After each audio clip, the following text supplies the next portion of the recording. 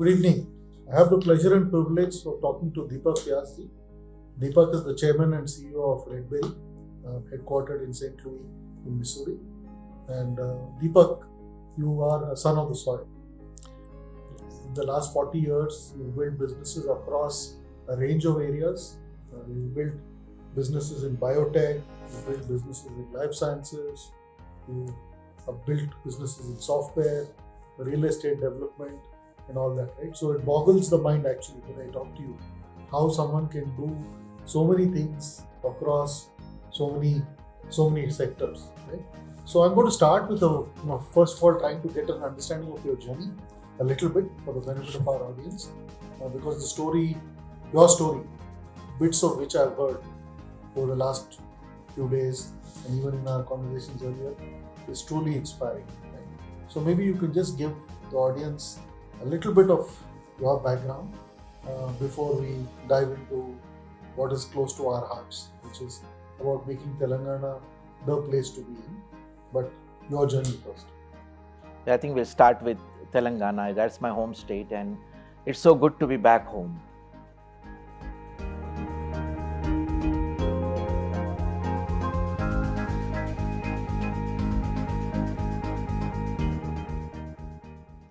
They rightly say, you could take an Indian out of India, but never India out of an Indian. So it's very humbling to come back here and give back something to my home state. I won't hesitate to say that whatever I am today is because of my home state. The education what I got, the people who I grew up with, the community I shared with, has taught me ethics, built me a strong character, and taught me to create actions as a basis and not the words. So that humble beginning, it's gift of this community. And I'm glad to be associated back with the community here and go. When I went in 84, started small, but the journey took a booster when I was able to acquire Fortune 100 companies technology division. And many people may not know, we are a invisibly visible company. Every 23 seconds in the world, somebody is using my technology.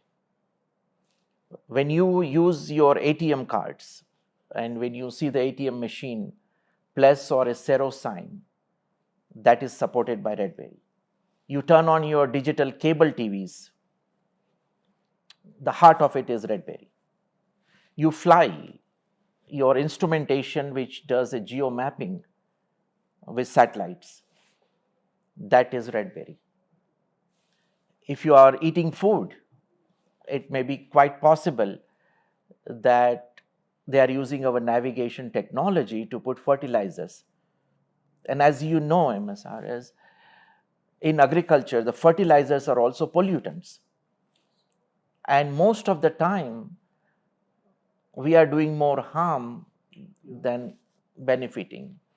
So our technology helps mapping the soil. So we put right fertilizer at right place at right time. So we are a diversified company. But what I'm more passionate, and thank you for introducing this, more passionate is creating a T vision.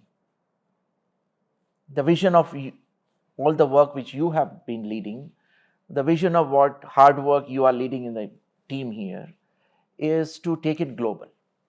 The missing piece, what we have discussed yesterday. So if we just walk back a little bit, in 1984, when I first came to United States, I got one experience. In our home state of Telangana, it was Andhra Pradesh before, the government gives free education. You could walk into any school, unfortunately, there were no textbooks. I have personally experienced when children go to school, some may have money, some may not. They have to decide between food and buying the textbooks. So since 1984, I'm very happy to announce that we crossed 690,000 students rotation by giving free textbooks anonymously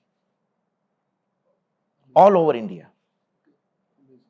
So it started as a journey to how I can do it, but I didn't want to hurt the pride of anybody, because every human being, the pride is the most precious thing. So we do it anonymously. Any person can go to the school and they can request for textbooks, and textbooks are given. The only one condition we put indirectly is, if you have finished using the books, please anonymously pass on to somebody else. So journey started from there, and it expanded into different things. Recently, we commissioned Gandhi Bronze in city of Chicago, and we got it unveiled. But coming back to T-Hub, since T-Hub has started the process, T-Hub 1 and all, we have been closely working together. We got the delegation earlier, we got the governors, we got senators, congressmen come here and see. And what a pleasure and distinction to see a T-Hub 2 thriving here under your leadership now. So the next stage is, how can we work together, like we discussed yesterday, is how do we incorporate your vision, how do we incorporate leadership vision to take T-Hub into a global diaspora and define the 4 things we were talking about,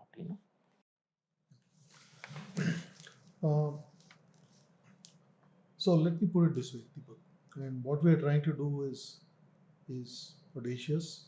It's not, nobody has tried to do this. Nobody's tried to do this at scale, right? But if I were to ask you, let's say 5 years from now, right? Assuming we crack the code, if you will, right? What do you think would be, you know, we've talked about it, but I think for the benefit of our audience, what do you think would be a great set of outcomes to define, to make this, we've, in another context, people talk about defining partnerships of the century and so on, right? In that context, if you were to use that metaphor, what would it be for us between Redberri and the state of Telangana and obviously T-Hub? Obviously, we started the first step. We want to lead. Not only we want to lead, but really anchor the world's best incubators and anchor them with T-Hub. And it would take passion. If we have a right passion, we'll pursue the right goals. And if we can pursue the right goals, I'm not saying that we will not fail, but even if we fail, there is a success there. We tried. Right. But the bottom line is, if we can anchor the top incubators, the top academic institutions, and create a soft landing for this emerging, thriving innovation community overseas, create a global access market for them, technology for them, support system for them, I think it is very satisfying to see the generation which we are seeing grow with us. Sure. So, do you feel homesick? I do. And for the first time, I got my son visiting with me, because if I come here, I'm always running around. Yes, I would come maximum. This is the first time in 23 years I'm staying for 49 hours.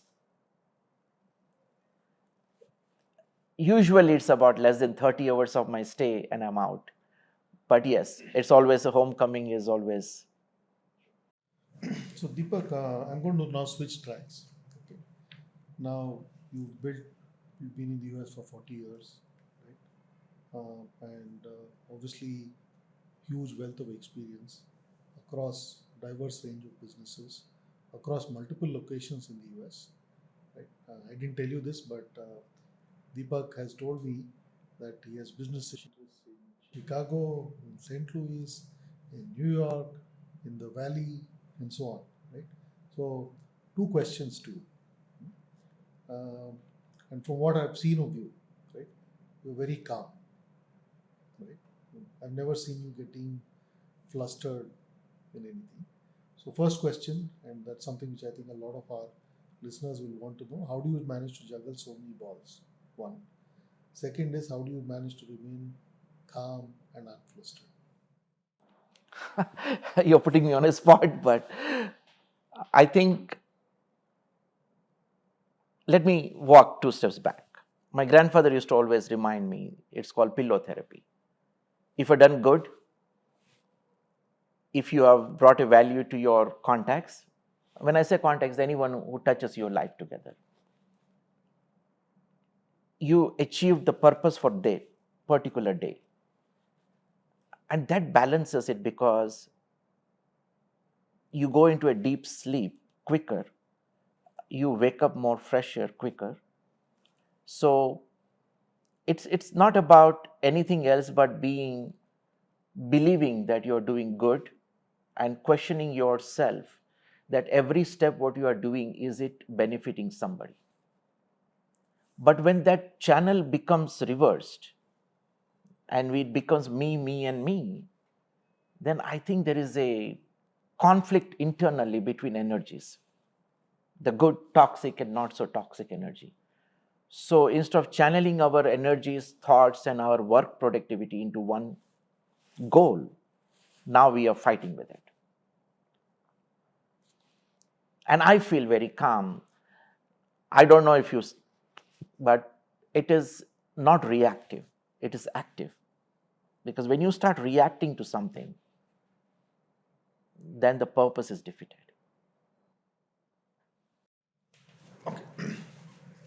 Uh, so you are one of those who moved then 40 years ago.